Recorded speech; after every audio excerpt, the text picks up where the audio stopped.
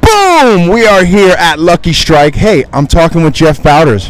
Boom. What's shaking, buddy? How are you? Smashing. How you doing, bud? I'm doing good. Hey, so you are playing tonight with a plethora of drummers. This evening, I am not playing because they have like 42 drummers tonight, and I'm going to take a break, which is nice, actually, because I got some friends coming out tonight and I get to just shoot the shit and not have to worry about how does that ending go. But here we are with Jeff. What song you playing? Shapes of Things. What the hell band is that? The Gary Moore tune. Oh, so it's a whole fucking... It's up your alley. It's a lot of... Yep, that's exactly it. But it's in your guitar virtuoso fusion metal wheelhouse. Exactly. It's my bread and butter is what they say. Yeah. Not margarine, butter. So the last I saw you, we were at Trader Joe's. Yeah, we're at Trader Joe's and we were buying some stuff and we were Crossroads of life. Is a crossroads. Checking the sugar content on some power bars or something like that. But you were on your way to Poland to play some gigs or record. What was that? Yeah. There's a band out there called One that's rock and shred band, and they asked me. I did the album a year ago, and then they had a bunch of CD release parties going on, a bunch of radio promo and stuff like that. They wanted me to come out and play, and went out there, did the gig, and it was fun. It was rocked. We shredded Poland.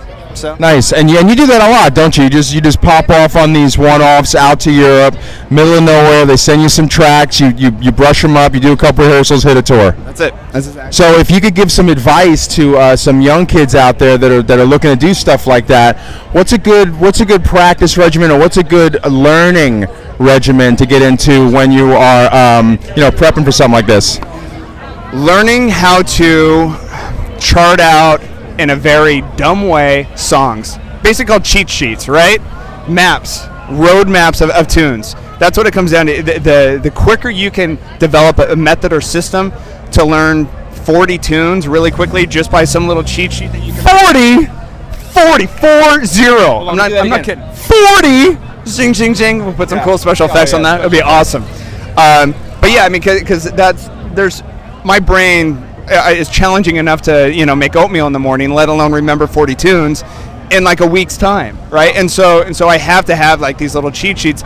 I'm not bringing out these charts, right, and staring at the charts because you want to engage in the band, but they help you internalize the song better. And so if you're like, how many bars is this, or where's that break? I can just kind of look down and go, oh, it's this part of the tune. That's a lifesaver. Yeah. I do something similar. The iPad now is a lifesaver. I do the cheat sheet. Yeah, I do like the caveman cheat sheets. Yep. Verse 8 times, chorus 4 times, next chorus is only 1 time. And I'm big on like learning lyrics too. Like I'm big on learning lyrics because the lyrics will tell us indicatively like where we are in the song. Like the first verse ends with this line, and the second chorus goes into this line. Where did you get your start? Who was the first artist that you played with that you thought, man, this is it? By it, I mean like you made like $150 a show and you were like, whoa! You know what I'm saying? When I first moved to Nashville, actually, I started to play with like some country bands, and then Nashville it's like 2 different industries. It's the contemporary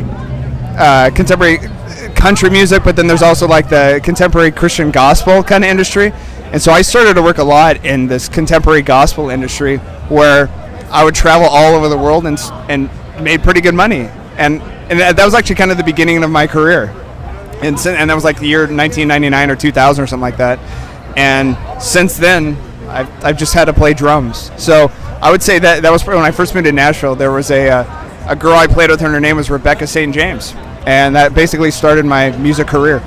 Nashville's awesome. It's called Music City, USA for a reason. They cater to musicians. You know how like LA caters to the movie and film, TV industry, sure. Right? It's like that's what the city is. Nashville is that to musicians, which is really cool. It's like they respect that. They look out for each other. But it's so small. It's just tiny. And the thing is, I left Nashville because there's always more opportunity in LA. I mean, if I wanted to play in an improvisational gypsy techno lounge band, right? Which who doesn't? Obviously. Who doesn't? I mean, come on. But the thing is, no brainer. You're not going to find that in Nashville. At least when I was there, that wasn't happening. And so I'm glad you're saying that, because I've been literally like on the fence about doing it. But like this month alone, I got 5 gigs with 5 different bands. Yeah. This month. One is country rock, one is metal. There's like so many different things going on here in Los Angeles. And as a drummer, if you're a skeleton key, like some of us are, you can fit that lock and get in there. But in Nashville, it's like a lot of commercial rock and country rock. it is, and it's also because it's smaller too. There's smaller cliques, right? And we all have our boys that we call and recommend when we can't do gigs. Yeah. I mean, in LA, right, we have that. Imagine that on a much more smaller scale when you moving out to Nashville and get into a scene where it's like you're almost, even though, you already know drummers there, musicians, but you still have to prove your way out there. You're already established here in LA.